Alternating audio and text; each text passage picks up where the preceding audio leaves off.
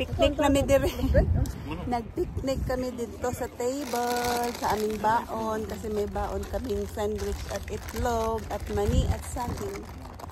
Bili na lang kami ng kape sa Starbucks. So ito yung ano dito. Glacier. Mainit. Di siya ano.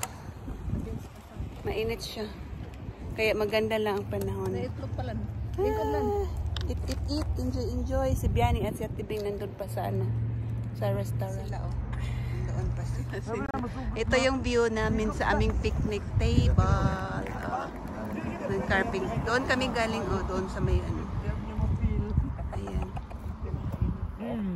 Nandiyan pa sila. Nandiyan na sila. Bumalik na. Atibing.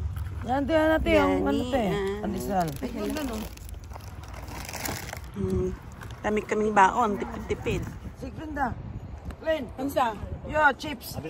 Oh.